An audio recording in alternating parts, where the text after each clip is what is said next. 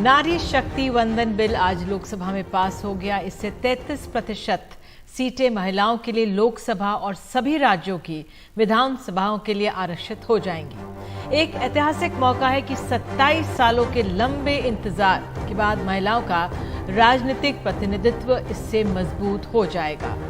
आज करीब 8 घंटों में 60 वक्ताओं के संबोधन के बाद इस बिल पर मुहर लग गई।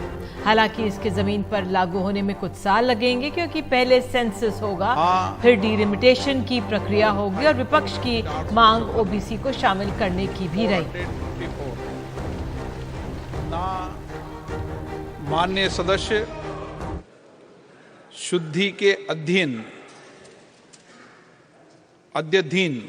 मत विभाजन का परिणाम इस प्रकार है। हाँ 454 454, 454, ना 2।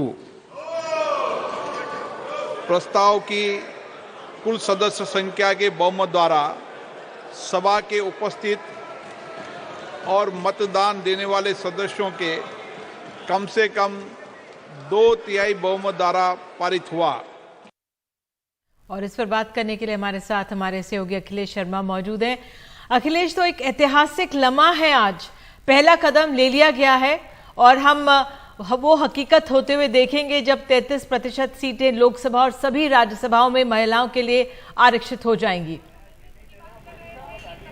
बिल्कुल निधि, और जैसा आपने कहा कि 26 साल से ये संघर्ष चल रहा था महिलाओं का कि उन्हें अपनी आवाज़ उठाने का मौका मिले, जो उनका हक है वो उन्हें मिलना चाहिए, और आखिरकार ऐसा ही हुआ है। ये पहला बड़ा कदम है जब आज लोकसभा ने 454, जो कि बहुत बड़ा आंकड़ा है, इसके साथ इस संविधान संशोधन को मंजूरी दे दी है। अब कल राज्यसभा में यही बिल रखा जाएगा और राज्यसभा में भी इसी तरह से बड़ा व्यापक समर्थन मिलने की संभावना है, जिसके बाद माननीय राष्ट्रपति के हस्ताक्षर के बाद ये कानून बन जाएगा। जैसा लेकिन आपने कहा निधि, एक लंबा रास्ता अभी तय करना बाकी है, क्योंकि कुछ संवैधानिक औपचारिकताएं, कुछ कानूनी बाध्यताएं हैं जिन्हें पूरा करना ज़रूरी है, क्योंकि जनगणना अभी नहीं हो पाई है। जनगणना 2024 के चुनाव के बाद होगी। उसके बाद परिसीमन आयोग का गठन होगा।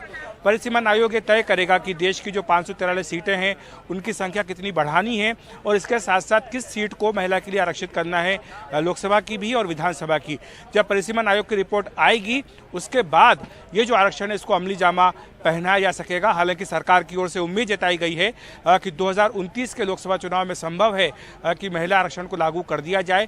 तो ये एक बड़ी चुनौती होगी कि इसको किस तरह से लागू किया जाए, क्योंकि दूसरी बात ये भी है कि जो दक्षिण भारतीय राज्य हैं वो ये चाहते हैं कि उनका अधिकार ना मारा जाए। इस पर सरकार ने आश्वस्त किया है अपनी ओर से कि दक्षिण भारतीय राज्यों के साथ पूरा न्याय किया जाएगा, क्योंकि उन्होंने जनसंख्या नियंत्रण में सफलताएं हासिल की हैं, तो इसका दंड उन्हें नहीं मिलेगा, बल्कि जो आज स्थिति है, जो आज अनुपात है, उसी अनुपात में उनको भी नुमाइंदगी दी जाएगी। बिल्कुल अखिलेश, बहुत बहुत धन्यवाद।